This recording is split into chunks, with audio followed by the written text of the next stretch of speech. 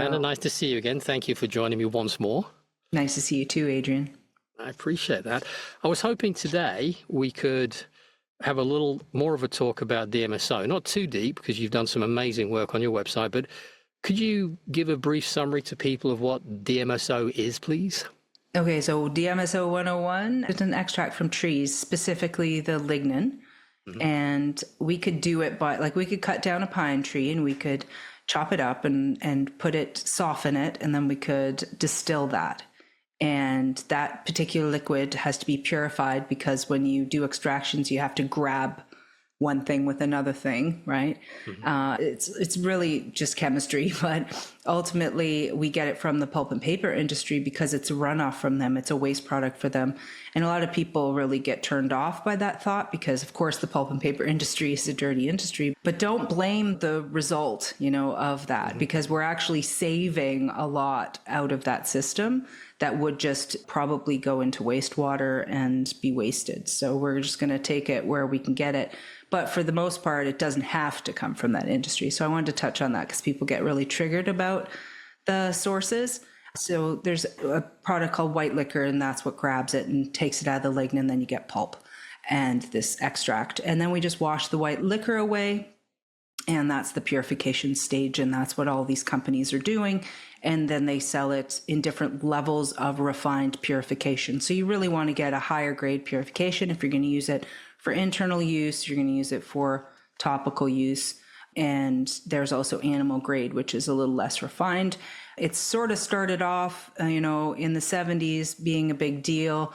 And it was used for pain and sports medicine and also veterinary medicine. And that's sort of where it kind of stayed for a while. And it was shunned, and FDA banned it, and there was a whole drama about it because it is so useful and so valuable that it competes with pharmaceutical drugs. And it can't be patented, can it?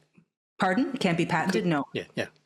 No, it can't be. But the unique products that come from it can be patented, which I always thought, well, if they were really industrious, they would do what I do. I just create blends, with the DMSO, and then there's profit. What's wrong with but they the kind of profit they're talking, it's not the kind of profit I'm talking about.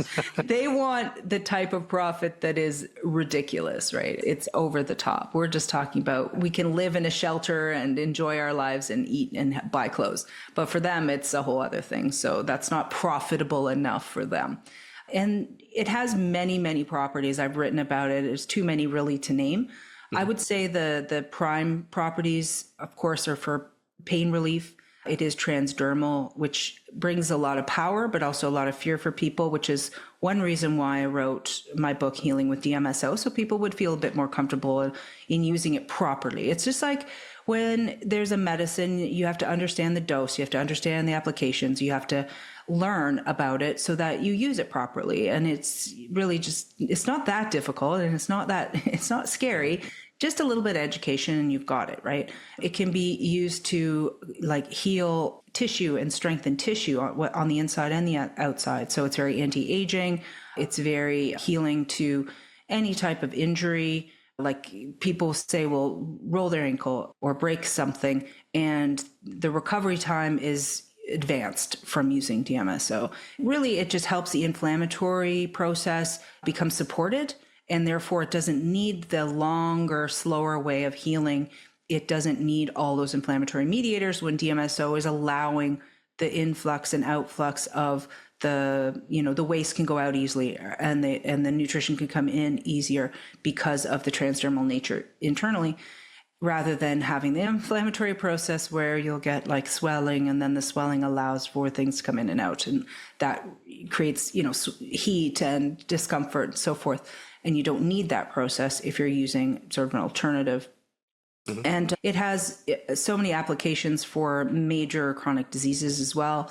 DMSO has so many different properties that I really just suggest, people look up Dr. Stanley Jacob or go to Yummy.Doctor and, read about it, because it's really something that everyone should have access to, should have in their medicine cabinet. And, hospitals and doctors used to use it, but we've strayed. The medical cartel doesn't want this there. And even though it should be used immediately upon a stroke, immediately upon a heart attack, because it can allow for, things that are blocked to become unblocked, that they don't use that anymore like they used to in first aid. But it has, a plethora of applications and can be used in different concentrations, can be used in every orifice. And, because of its transdermal nature, it plays nice with others. So you can blend it with other things and it will take it through into the tissue and enhance those properties. You just have to be careful, if you're on any medications, that it can enhance that medication or it can enhance the release of that medication. And that when you're trying out something new, that you start slow and then you work up to your doses, because it also can get rid of heavy metals and other waste materials. And so, of course, if you're going to be starting a detox program, you should prepare properly for that. And I usually suggest people start magnesium loading first, cutting back on some of the lifestyle factors that they know are unhealthy, and begin cutting back on any medication before they start using DMSO. Excellent. So I've always got some with me in my emergency kit. And when Helen had a fall when we were in Crete about 8 weeks ago now, and she broke her ankle. We didn't know she'd broken her ankle at the time, but the very first protocol was that, and then some comfrey and some CBD and loads of magnesium, and we kept applying that, which worked really well. And I'm curious, you've been using DMSO for a lot longer than I have. What are some of the more unexpected things you've seen it used for? Unexpected? That's probably not the right question for you because you've seen most of it. Yeah. Maybe some more unusual, like anything spring to mind? Well, I speak a lot about the false germ theory, and I think it's really important to understand that the way we think about our bodies has been inverted, right? And so a lot of people, for example, think that shingles is a virus, right? And that is not the case. And what we see is that a lot of what's going on with these expressions are debris and usually heavy metals, could be microplastics and other such things that get lodged come in through the cerebral spinal fluid, then get lodged into the nerve bulbs. And then when there's a moment the body thinks it can get rid of it, it will express through the skin. You see this often post-vaccination because, well, it's poison, and also it creates the need for the body to get rid of those products, right? And I've had many testimonials and many people telling me how it not only resolved their current expression, but it healed it completely where it never returned. Because what happens in those scenarios is the body's trying to get rid of the waste through the skin, which, of course, this is nerve. And imagine something that is, shouldn't go through the nerve and through the skin is very, very painful process. So it can treat post-herpetic neuralgia. But what I'm trying to say here is that the expressions usually last a long time, very painful, and it's a terrible, thing to go through. DMSO applied actually made a specific compound for this. It's got vitamins and nutrients with it. Applying that onto the area and allowing it to complete, right, to finish the drainage process, then heal without scar and prevent the sequelae from that, is one of those things that a lot of people, I don't think they understand the power of it. And that, because that's like a major, especially in the elderly, that's a major concern. And anything to do with shingles, herpes, any of those are not viruses, and they all can be completely resolved using DMSO because it completes the cleansing process. And so it stops that whole cycle. So I think that's a very powerful application for DMSO. And then the understanding that comes with it, that, it's just killing a virus or whatever. Like I was watching this show. Sometimes I watch this show that it's a medical examiner show and they do autopsies. I know it's kind of gross. I'm like eating a sandwich watching like an autopsy show, but when you go through medical school, that kind of, you get used to that stuff. So anyway, I was watching the show and I've got this insight now on how we get these stats, because she said that when the medical examiner, gives the information of how the death occurred, that's what goes into the statistics. And so there were a few cases where she said it was caused by a virus or it was caused by a bacteria. And because she found it there, right? And what I find fascinating is that they never go and look for why the bacteria or the so-called virus, which is just a waste particle of cell debris and death, why they wouldn't go further and do a full tox screen on the tissue itself, looking for heavy metals, microplastics, glyphosate, any of the numerous toxins and poisons, thousands and thousands that are out there, why they wouldn't do even DDT, whatever, all of those things. Why wouldn't they? You know what I'm saying? Because they don't. So this is the skew.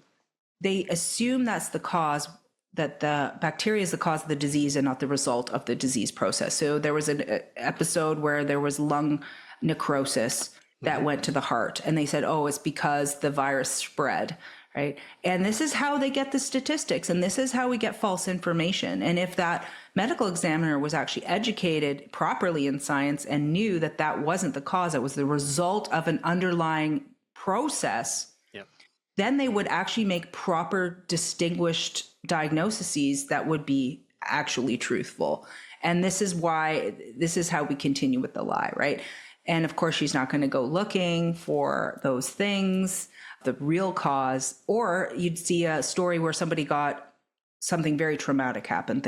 One guy lost his house in a fire, and then his wife divorced him, or something like seriously upsetting to life. And then they have a heart attack, or they have heart necrosis, and they blame it on a bacteria or bacterial infection, right? And they don't think about, oh, that person went through a trauma, their cortisol is probably totally dysregulated. I'm sure they're already running on high adrenaline, their heart rate's gone up, and their blood pressure on, et cetera, right? That could cause damage to the tissue, and then the tissue damage, not getting nutrition from the lifestyle, because a lot of these people were very obese, that is contributing to the death of said tissue. And then to go and blame it on the bug that's just there to do the cleanup is really obtuse. And a lot of people watch this kind of content, and I yell at the TV when I watch this stuff. Because I'm like, damn you! But here we are, right? We're correcting the record. So I just think that, the understanding of how we get sick, what is happening when we're clearing and rebalancing is really key to proper administration of powerful remedies like dimethyl sulfoxide. Sure. Brilliant. Okay. One of the things I've noticed is an increasing, or maybe it's because I'm looking for an increasing amount of kind of skewed information about DMSO to try and say it's poison, it's this, it's that, and the other. You did an amazing video. I can't remember the name of it, but I think it was 45 myths about DMSO debunked. Was that the title? Yeah, I did a document on that. And I did a whole webinar on that. Yeah. Yeah. What I'll do is I'll put a link in the description of this to that, because I thought that was really very good. Thank you. Yeah. I mean, there's a lot of it, and I could go on really. All right. But there we are. Yeah. we're in the upside down. So yeah, we are. And I think just a quick final question is, for anyone who's a little skeptical or uncertain about DMSO, where would you suggest they go? I presume your website, and I can put a link to that if that's the place you think they should go to. Yeah, I mean, the book that I wrote about it is really all you need. I've had so many people tell me, thank you for your book, because I read it. It's easy to read. It's in layman's terms. It's not complicated. It's short enough that I feel confident. By the end, I feel like I've done something here, and that now I feel with the recipes and protocols, I know how to move forward with a little more certainty, and it takes the fear factor out of it. It's just knowledge, really. And I wish I'd found that book when I was starting to look into this years ago. Yeah, I think a lot of people, were kind of floating around, not sure about it. But I feel the modern attack on DMSO is kind of even more targeted and really ignorant. And I was surprised. I really thought we were coming into an awakening of these things. But what I've also noticed is the truth community has been very infiltrated. And have you noticed how what's slowly happened, where people have accepted drugs now as saviors, even in the truth community, like methylene blue and ivermectin and fenben and low dose naltrexone and all this absolute pharmaceutical suppressive garbage, okay, and have attacked supplements and attacking vitamin D and attacking the things that have saved so many people's lives in ignorance. And they don't even see the inversion, how they've been manipulated to hate supplements, judge supplements, and love the drugs. And even that's just because it's a lesser amount, it's better somehow. Like it's just a bit. Just a little bit of poison, you know. That's right. But it's the mechanisms that are really inverted because again, you can get magic show from true suppression, right? You can come in and you can have somebody who has hypertension, which is an issue longstanding because, you know, because the whole entire picture of the body is obviously not in health and is struggling. But then you have somebody synthetically lowering just that and not looking at any other lifestyle factors, you know, and on paper they'll look excellent. But it doesn't address any root cause whatsoever, but you can make up a statistic this way and make it look like it's life-saving, right? But it's just really a biding of one's time, and it's a ticking time bomb for these drugs. And the same thing with, you know, people are claiming that their cancers are cured with ivermectin, but nobody's going, did they first of all really have cancer? Because a lot of diagnoses are false, like over 50% of them are false diagnoses. Where's their placebo effect on that one? Because I tell you, it's like a cult. Like, oh, it's the best thing forever. I mean, I have had patients and clients who've been using this stuff and they are very dire sick on their deathbeds. And I'm like, what did you do? You wiped out your flora with this stuff. Like I had one individual who cannot get their hemoglobin up. And when I looked at the history and the amount of ivermectin that was being taken, I said, stop that crap immediately. And that's like fix your microbiome, which is a mess. And I actually put her on the Brown's gas hydrogen machine. She was just skinny as a rail. And she was doing it more like prevention than anything else. And she was making herself very sick. And people aren't putting that together. And so all you're getting are skewed stories of success you can never verify. And you're not getting the stories of the people who are going downhill from taking it, right? And that's how you know it's like an influencer movement. And there's really no follow through on the verification of these cases. And a lot of doctors in this kind of quasi awake community pushing that stuff. But they're going to get success rates just like chemo would, right? So you could take chemo and you could get a success, right? And then you get a statistic that went away, right? Same thing you can do with any drug. You can make it go away and then you can claim success. And there's multiple ways that person can go through a healing that had nothing to do with the drug, or they healed despite the drug, or they healed anyway from it because they're probably doing 10,000 other things plus their ivermectin. The ivermectin actually set them back, but they were able to overcome it. And you won't know those stories. And so it just looks like a miracle and it's amazing and off you go. And this is what we witness all the time in the truth community. How many people have attacked, you know, fat soluble vitamins, vitamin A, vitamin D? If you actually really look at the true statistics of these vitamins, we're talking about millions and millions of people that have been saved who are nutritionally deficient in like not just North American countries, like the world statistics that would have rickets. Like there are still even children today who aren't getting enough vitamin D who have literal bone deformation. Like in America, there's bone deformation. So like, you know what I'm saying? That even with sunlight, they weren't getting what they needed and they weren't, you know. So there's still a lot of ignorance out there. Brilliant.